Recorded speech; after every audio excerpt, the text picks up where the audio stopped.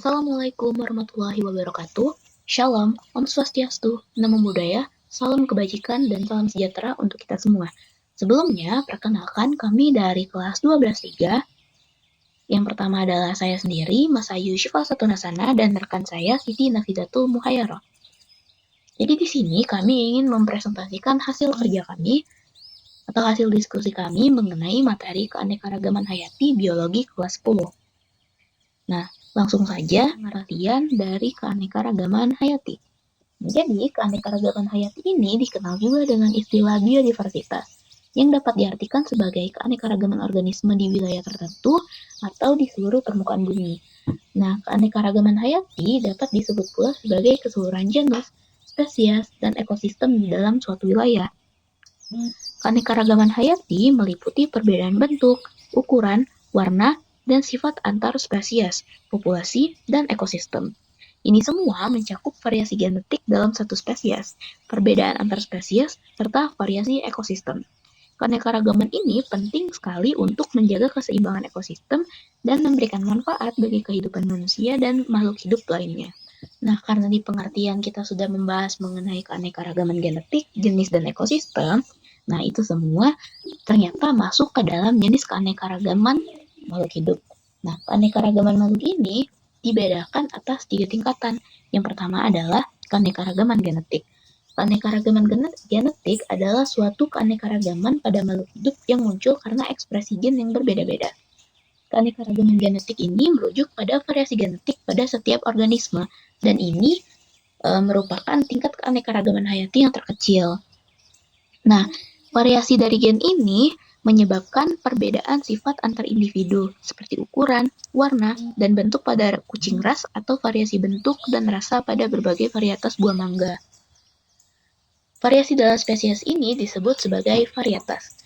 Keanekaragaman hayati gen ini menyebabkan bervariasinya susunan genetik, sehingga berpengaruh pada genetik atau sifat dan fenotip atau penampakan luar suatu makhluk hidup. Variasi makhluk hidup ini terjadi karena dua hal. Yang pertama adalah faktor bawaan, yang dimana karena hal ini gabungan sifat dari dua induk sehingga terbentuk kombinasi sifat pada anaknya. Nah, jadi si anak ini sifatnya jadi berbeda dari induknya. Yang kedua itu adalah faktor lingkungan. Nah, karena faktor lingkungan, makhluk hidup yang memiliki sifat sama apabila berada pada lingkungan yang berbeda. Masing-masing makhluk hidup akan melakukan penyesuaian diri terhadap lingkungannya. Penyesuaian tersebut terjadi pada bentuk tubuh, fungsi kerja tubuh, atau tingkah lakunya. Yang kedua adalah keanekaragaman jenis.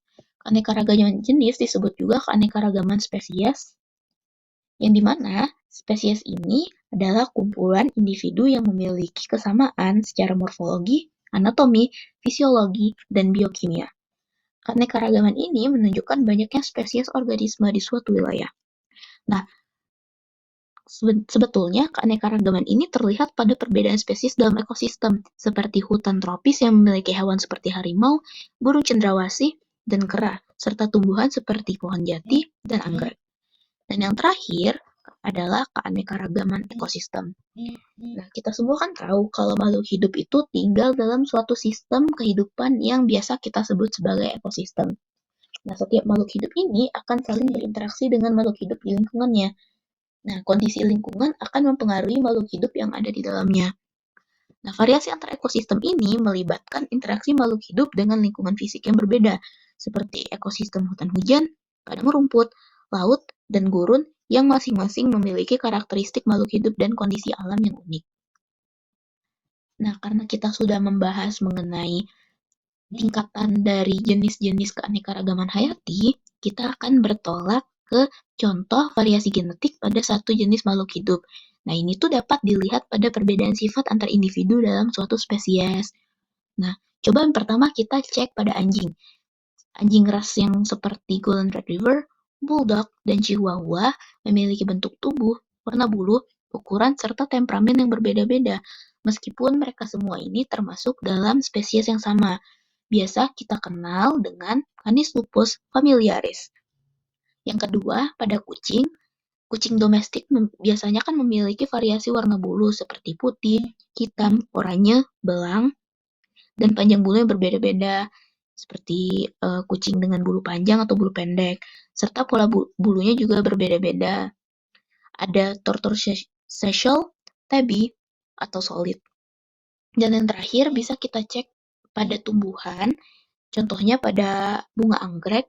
Nah, anggrek ini kan memiliki banyak variasi genetik yang menghasilkan berbagai warna, bentuk bunga, dan adaptasi pada habitat yang berbeda, seperti anggrek bulan atau Phalaenopsis amabilis dan anggrek hitam atau Coleogyne pandurata. Selanjutnya, kita akan melihat contoh dari keanekaragaman jenis.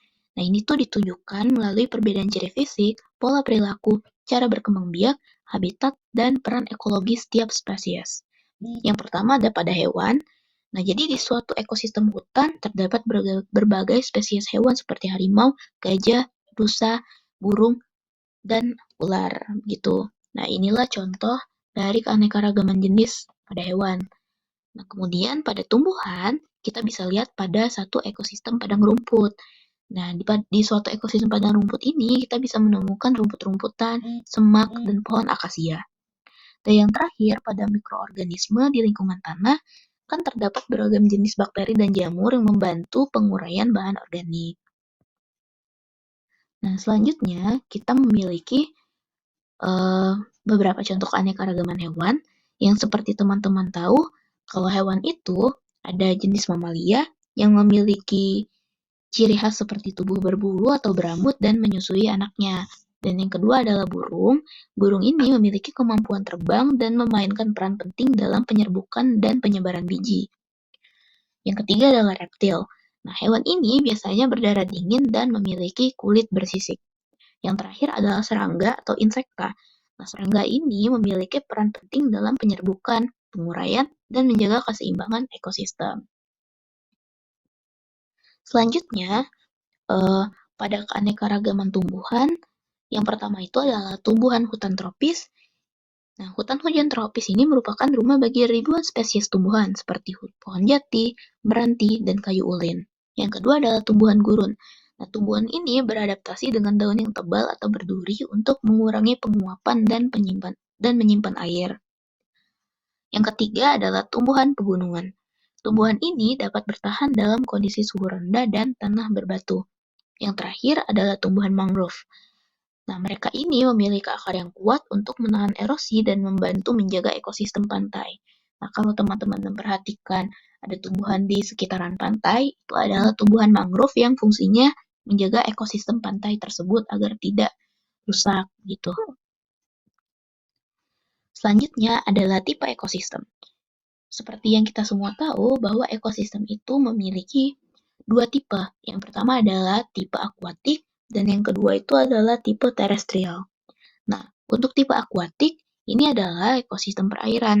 Ekosistem ini komponen abiotiknya sebagian besar terdiri atas air, dan komponen biotiknya terdiri dari beberapa kelompok seperti plankton, nekton, neuston, bentos, dan perifito. Contoh tipe ekosistem akuatik ini adalah danau dan rawa. Selanjutnya, tipe ekosistem yang kedua adalah terestrial. Ekosistem ini lingkungan fisiknya berupa daratan dan meliputi area yang luas atau bioma. Kondisinya dipengaruhi oleh iklim, letak geografis, garis lintang, dan ketinggian tempat.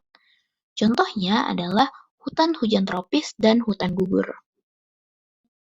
Selanjutnya, kita akan membahas keanekaragaman hayati di Indonesia. Nah, keunikan keanekaragaman hayati di Indonesia ini ditandai oleh yang pertama, termasuk ke dalam keanekaragaman hayati tingkat tinggi. Yang kedua itu memiliki tumbuhan atau flora bertipe Indomalaya. Yang ketiga, adanya fauna bertipe oriental, australis, dan peralihan. Dan yang keempat, memiliki hewan dan tumbuhan yang langka.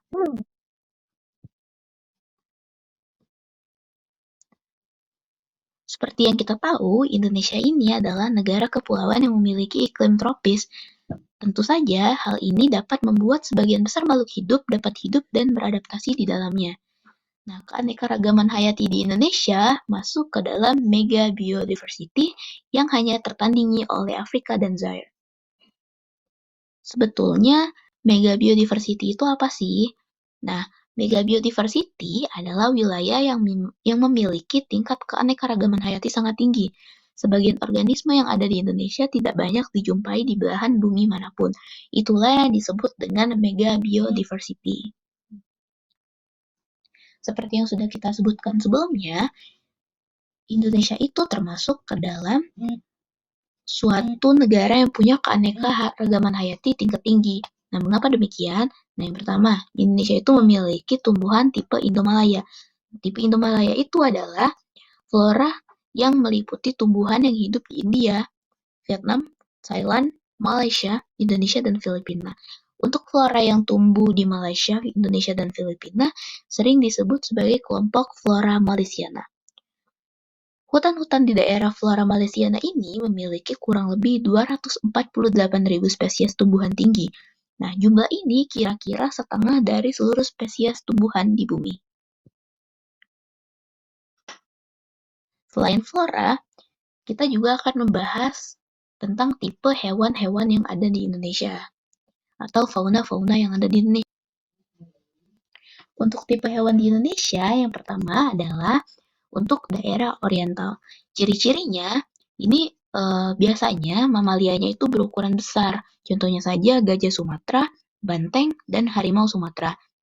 Yang kedua, banyak jenis primata, misalnya orangutan Sumatera, orangutan Kalimantan, dan kera. Dan juga warna bulu burung kurang menarik dan tidak beragam. Misalnya saja burung rangkong dan murai. Nah, untuk daerah oriental mencakup fauna di wilayah bagian barat seperti Sumatera, Kalimantan, dan Jawa. Untuk tipe yang kedua, itu adalah tipe hewan di daerah peralihan.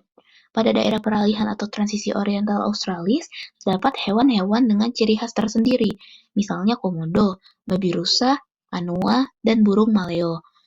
Nah, untuk daerah peralihan ini mencakup fauna di wilayah pulau bagian tengah seperti Sulawesi, Bali, dan Kepulauan Nusa Tenggara. Untuk tipe yang terakhir, Indonesia punya tipe hewan yang berada di daerah Australis. Untuk di daerah Australis, mamalianya ini cenderung berukuran lebih kecil dan memiliki mamalia berkantong. Contohnya saja yang sudah kita kenal seperti walabi kecil, walabi semak, dan kanguru pohon. Untuk warna bulu burungnya lebih menarik dan beragam dibandingkan dengan daerah oriental. Contohnya burung cendrawasih dan burung kasuari. Daerah Australia ini mencakup fauna di wilayah timur seperti Papua dan Kepulauan Aru. Selanjutnya, hewan dan tumbuhan langka di Indonesia.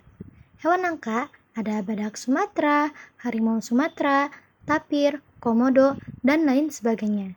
Nah, untuk tumbuhan langka ada matoa, gandaria, badali, sawah kecik, bendo, dan lain-lain. Setelah mengetahui hewan dan tumbuhan langka di Indonesia, selanjutnya hewan dan tumbuhan endemik di Indonesia. Seperti yang kita ketahui, endemik mengacu pada spesies yang hanya ditemukan di satu bagian dunia dan hanya di bagian itu. Nah, hewan endemik di Indonesia ada komodo, badak, babi rusa, musang, tarsius, dan lain-lain. Nah, kalau untuk tumbuhan endemiknya, bunga rafflesia, matoa, ratu sulur, permata hijau, dan lain sebagainya. Setelah kita membahas keanekaragaman hayati, berikut adalah manfaat dari keanekaragaman hayati. Yang pertama adalah penghasil sumber daya alam hayati, seperti sumber kayu, sumber karbohidrat, dan sumber protein. Selanjutnya, sumber obat-obatan dan kosmetika, juga sumber perikanan. Nah, yang kedua ada sebagai sarana pengembangan ilmu pengetahuan, pendidikan, rekreasi. Nah, yang ketiga ada manfaat dari aspek sosial, budaya, dan masyarakat.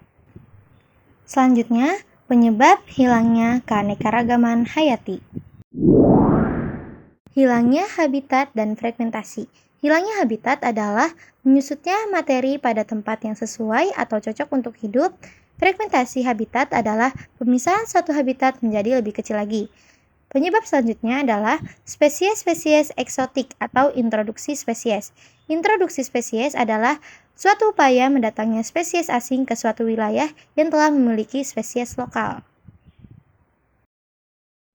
Degradasi habitat. Degradasi habitat adalah kerusakan habitat karena polusi. misalnya hujan asam, eutrofikasi, dan efek rumah kaca. Penyebab selanjutnya karena eksploitasi secara berlebihan, industrialisasi kehutanan dan perikanan, dan juga perubahan iklim global. Selanjutnya, usaha-usaha pelestarian keanekaragaman hayati. Yang pertama yaitu in situ.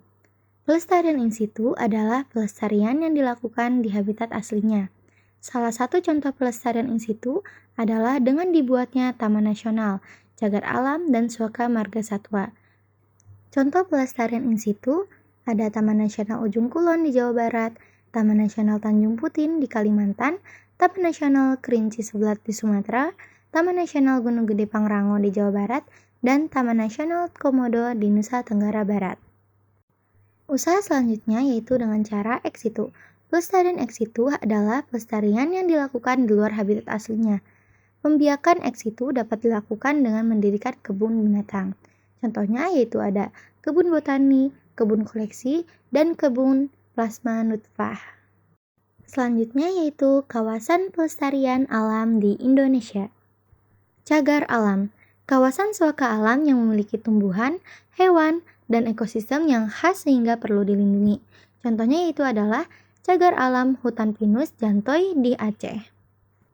Suaka Marga Satwa, yaitu kawasan suaka alam yang memiliki ciri khas berupa keanekaragaman dan keunikan jenis satwa yang untuk kelangsungan hidupnya dapat dilakukan pembinaan terhadap habitatnya. Selanjutnya, Taman Nasional, yaitu kawasan pelestarian alam yang memiliki ekosistem asli yang dikelola dengan sistem zonasi. Taman ini biasanya dimanfaatkan untuk tujuan penelitian, ilmu pengetahuan, pendidikan, menunjang budidaya, pariwisata, dan rekreasi alam. Selanjutnya ada juga kebun raya, adalah kumpulan tumbuh-tumbuhan di suatu tempat dan tumbuh-tumbuhan tersebut berasal dari berbagai daerah yang ditanam untuk tujuan konservasi ex situ, ilmu pengetahuan, dan rekreasi. Setelah itu, taman buru, yaitu kawasan yang di dalamnya terdapat potensi satwa buru yang diperuntukkan untuk rekreasi berburu. Dan yang terakhir, ada taman laut, yaitu wilayah lautan yang mempunyai ciri khas berupa keindahan alam yang ditunjuk sebagai kawasan konservasi alam, yang diperuntukkan guna melindungi plasma nutfah lautan. Baik, segitu saja pembahasan mengenai materi keanekaragaman hayati. Semoga apa yang disampaikan dapat bermanfaat bagi kami semua. Kurang lebihnya mohon maaf. Wassalamualaikum warahmatullahi wabarakatuh. Terima kasih.